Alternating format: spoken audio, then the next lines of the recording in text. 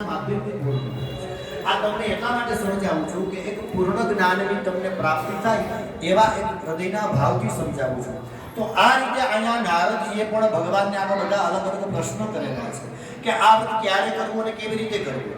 તો અહીંયા ભગવાન કહે છે વિષ્ણુ પરમાત્માને કે હે નારદજી, આ સત્યનારાયણ ભગવાનનું વ્રત दुख शोक वगैरह मटाडनार धन धान्य વધારનાર એવું ઘણું ઉત્તમ ફળ આપનારું છે।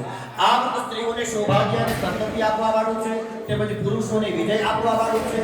આ વ્રત ગમે તે દિવસે શ્રદ્ધાપૂર્વક કરવું, ઉપવાસ રહીને સગા માતાને બ્રાહ્મણને બોલાવી પોતાના શક્તિ પ્રમાણે ભગવાન સત્યનારાયણનું વ્રત પૂજન કરવું અને આ વ્રતમાં જે તેમાં જેલા ભક્તો સવાયું હોય તેમાં દેવમાનતાથી સાવચેતો ભગવાનને